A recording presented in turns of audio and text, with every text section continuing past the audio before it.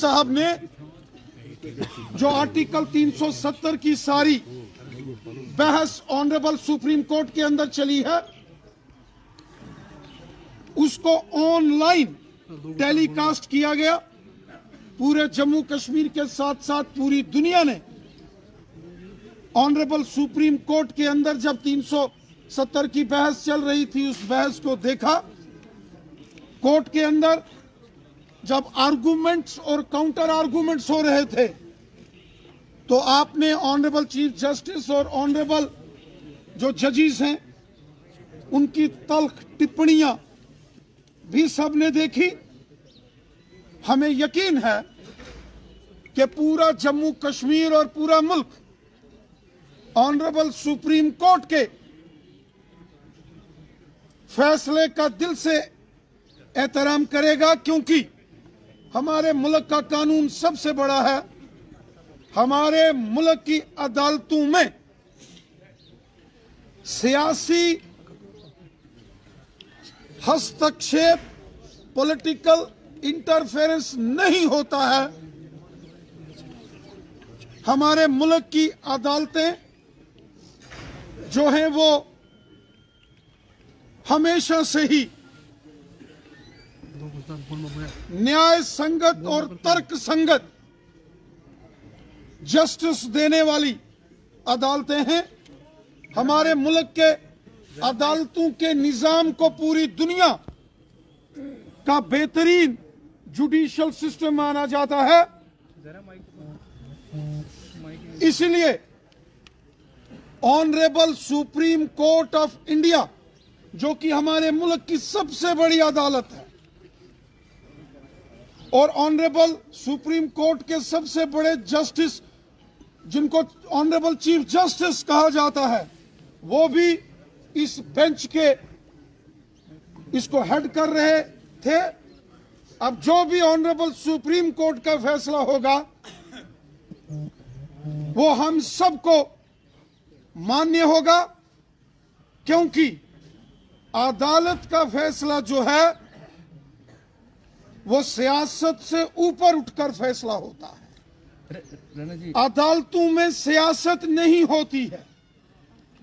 अदालत हकीकत पर, सच्चाई पर अपने फैसले करती है, और हमारे मुल्क की अदालतों को पूरी दुनिया जानती है कि श्रीमती इंदिरा गांधी जी को भी जेल में बंद कर दिया गया था, और प्राइम मिनिस्टर होते होते नरसिम्हा राव साहब को भी ऑनरेबल सुप्रीम कोर्ट के सामने खड़ा होना पड़ा था, कोर्ट की कचहरी में।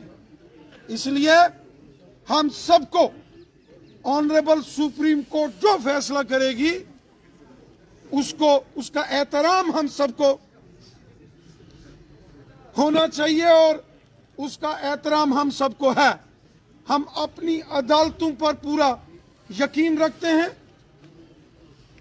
जम्मू कश्मीर का हर एक शहरी, पूरे मुल्क का हर एक शहरी अपनी अदालतों का पूरा एहतराम, पूरी इज्जत, मान, सम्मान करता है, और हमें विश्वास है कि हमारा ऑनरेबल सुप्रीम कोर्ट धारा 370 के संबंध में जो भी निर्णय करेगा, समेत जम्मू कश्मीर, पूरा देश उस फैसले को एक आवाज में मानेगा।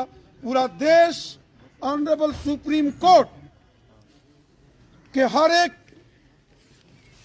शब्द का अक्षरशः पालन करेगा, क्योंकि हमारा देश कानून से चलता है, और कानून को हम सब मानने वाले हैं। अदालतों को हम सब मानते हैं। हम एक मुल्क के शहरी हैं, और अदालत से बड़ा कोई नहीं। और मैं उम्मीद करता हूं कि जम्मू कश्मीर के तमाम सियासतदान, चाहे वो नेशनल कॉन्फ्रेंस हो, पीडीपी हो, कांग्रेस हो, अल्ताफ बुखारी साहब की अपनी पार्टी हो, पीपल्स कॉन्फ्रेंस हो, या कोई भी जमात हो, सियासी लोग हो या गैर सियासी लोग हों, हम सब अदालत के फैसले का एहतराम करेंगे। अदालत से बड़ा कोई नहीं है। अदालतों में सियासत नहीं होती है। हम अपनी पॉलिटिकल रैलीज में सियासत तो हमारे चलती है, अदालत में सियासत नहीं होती। अदालत हकीकत, सच्चाई को बयां करती है और सच और इंसाफ को सामने लाती है। और मुझे यकीन है हम सब अदालत के फैसले का दिल से एहतराम करेंगे। शुक्रिया। रैना जी, चुनावों को लेकर भी भाजपा पर लगातार इल्जाम लग रहे हैं कि आप अपने फायदे के लिए चुनावों को डिले कर रहे हैं। साथ ही में जो अभी रिजर्वेशन किया गया 3 सीटों का, उस पर भी ये कहा जा रहा है कि नॉमिनेट नहीं किया जाना चाहिए, इलेक्टेड होना चाहिए। भाजपा इसमें भी अपना ही फायदा ढूंढ रहा है, इसलिए रिजर्वेशन की आड़ में किया जा रहा है। जम्मू कश्मीर की असेंबली के अंदर जो 5 नॉमिनेटेड एमएलएस का प्रोविजन रखा गया है, जिसमें 2 खवातीन महिलाएं होंगी, 2 कश्मीरी विस्थापित माइग्रेंट होंगे जिसमें भी 1 महिला होगी, और 1 पाकिस्तान के कब्जे वाले जम्मू कश्मीर से आए हुए जो रेफ्यूजीज विस्थापित उस समाज को भी रिप्रेजेंटेशन दी जाएगी। मुझे लगता है कि अगर महिलाओं को, खवातीन को जम्मू कश्मीर की असेंबली में नॉमिनेटेड एमएलए के नाते अगर रिजर्वेशन होगी तो अच्छी बात है। कश्मीरी जो माइग्रेंट्स हैं, जिसमें कश्मीरी पंडित, कश्मीरी सिख, कश्मीर के जो हमारे मुसलमान जो माइग्रेंट्स हैं, अगर उनमें से विस्थापितों, माइग्रेंटों में से अगर 2 नॉमिनेटेड एमएलए होंगे तो अच्छी बात है। और पाकिस्तान के कब्जे वाला जम्मू कश्मीर, वो भी हमारे इस जम्मू कश्मीर का हिस्सा है। उसकी 24 सीटें आज भी असेंबली के अंदर रिजर्व हैं, और जब तक वो हिस्सा वापस हम एक होते और फिर उसकी भी 24 सीटों पर इलेक्शन होगा, लेकिन वो जब होगा तब होगा। तब तक अगर उनका एक मेंबर असेंबली में नॉमिनेटेड एमएलए होगा, कम से कम वो अपने लोगों की आवाज तो उठाएगा कि मीरपुर, मुजफ्फराबाद, हजीरा, कोटली, बाग, बुलंदरी, गिलगित बल्टिस्तान में क्या हो रहा है। उनका भी तो एक नुमाइंदा होना चाहिए जम्मू कश्मीर की असेंबली में, वो भी हमारे लोग हैं। इसलिए ये अच्छा कानून आया है, इसकी तनकीद नहीं करनी चाहिए। इलेक्टेड क्यों नहीं होना चाहिए, ये सवाल पूछा जा रहा है। अब पाकिस्तान के कब्जे वाला जम्मू कश्मीर जब हमारे पास आएगा तो वहां इलेक्शन होगा। वहां 24 सीटें हैं, वो हमारे लोग हैं, हमें उनसे मोहब्बत है। कब वापस आने वाला है? अब जब आएगा तब आएगा, यकीनन आएगा।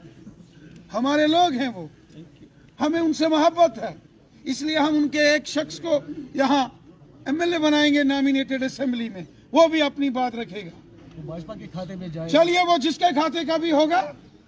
चुनाव पर कहिए सर, चुनाव कब होने वाले? चुनाव मैं तो चाहता हूं जल्द हो जाए।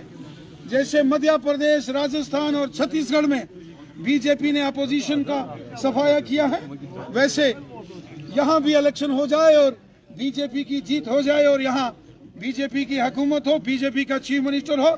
गरीबों, ज़ईफों और बेसहारा लोगों की हम खिदमत करेंगे, मिलकर काम करेंगे, मिलकर गरीबों की मदद करेंगे। Thank you sir. शुक्रिया।